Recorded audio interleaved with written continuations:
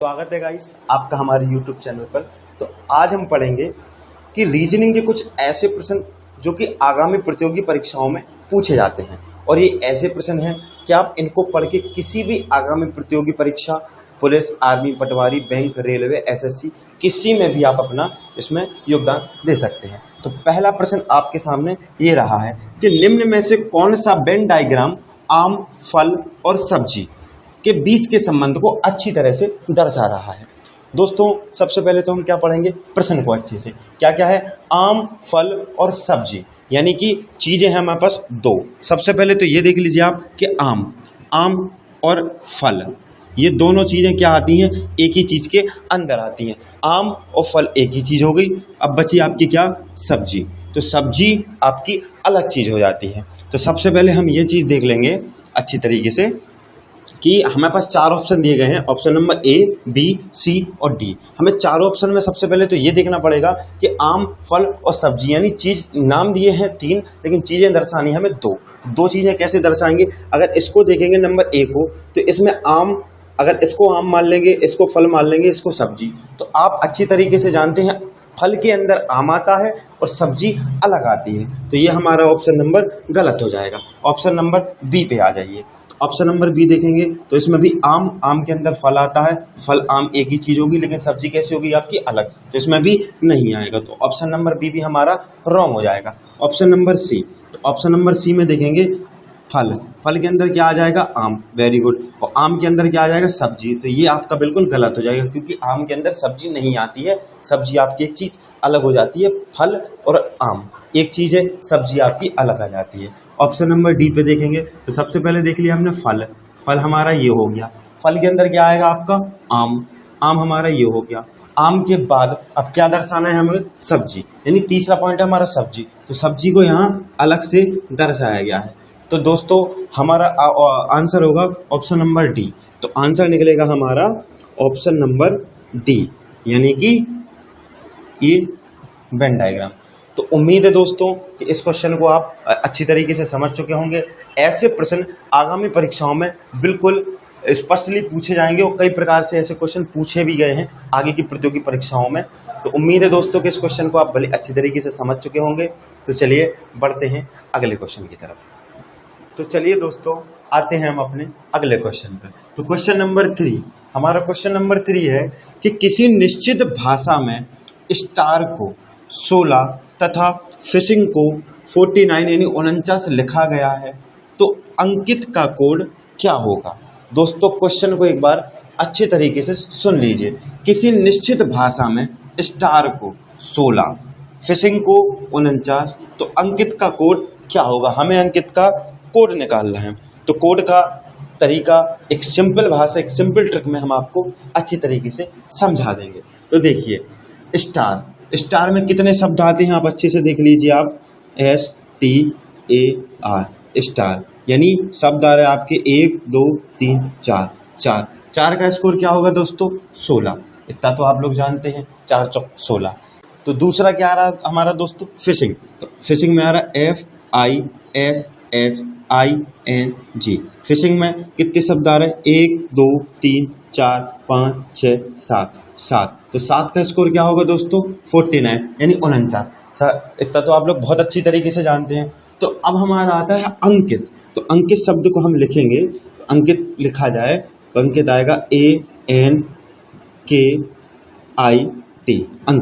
अंकित में कितने शब्द आ रहे हैं? 1 2 3 4 5। तो 5 का स्कोर क्या होगा दोस्तों?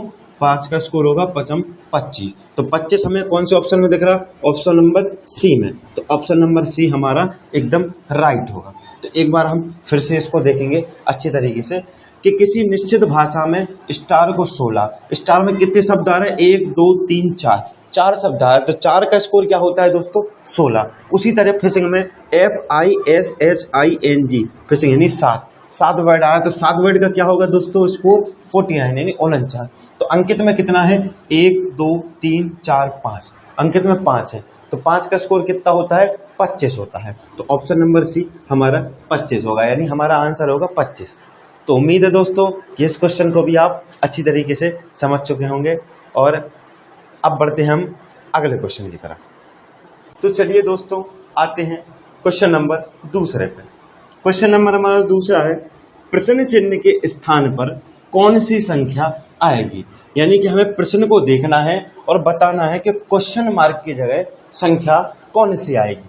तो सबसे पहले प्रश्न को देखेंगे कि 2 का संबंध है 10 से, तो 26 का संबंध किससे होगा। यानी हमें 26 का संबंध ज्ञात करना है। 2 का संबंध 10 से है तो 26 का संबंध ज्ञात करना है। तो सबसे पहले तो अगर आप गुणा करके देखेंगे तो गुणा करने पर ये नहीं आएगा। हम आपको ज़्यादा समय नहीं लेंगे, आपको हम सिंपल सी ट्रिक बता के डायरेक्ट इस चीज़ को सॉल्व कर देंगे। तो देखेंगे 2 का संबंध 10 से है, यानी 2 के बीच में क्या है आपके 8 है, तब बराबर में जाके आपका कितना बनता है 10। 8 2 में 8 जोड़ेंगे तब कितना आएगा आपका 10 आएगा।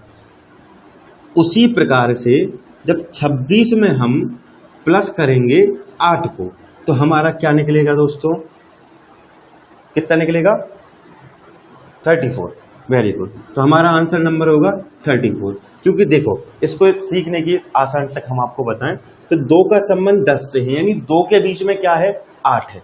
अच्छे से समझ रहे हैं ना आप। तो 2 के बीच में 8 का संबंध दर्शाया गया। उसी को देख के ही अगले क्रम में हम पढ़ेंगे कि 26 का संबंध ज्ञात करना है।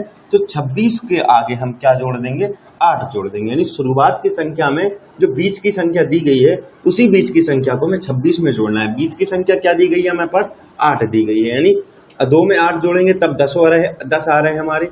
उसी प्रकार 26 में 8 जोड़ेंगे तो हमारे 34 आ रहे हैं, यानी 34 आ रहा है।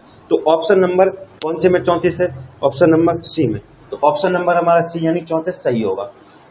तो उम्मीद है दोस्तों कि ये क्वेश्चन भी आप पहले के क्वेश्चन की तरह अच्छी तरीके से समझ चुके होंगे। तो चलिए बढ़ते हैं अगले क्वेश्चन की तरफ। चलिए दोस्तों अब आते हैं अगले क्वेश्चन पे। तो हमारा अगला क्वेश्चन होगा कि दिए गए प्रतिरूप को ध्यानपूर्वक पढ़ें और बताइए कि प्रश्न चिन्ह के स्थान पर कौन सा अंक आएगा।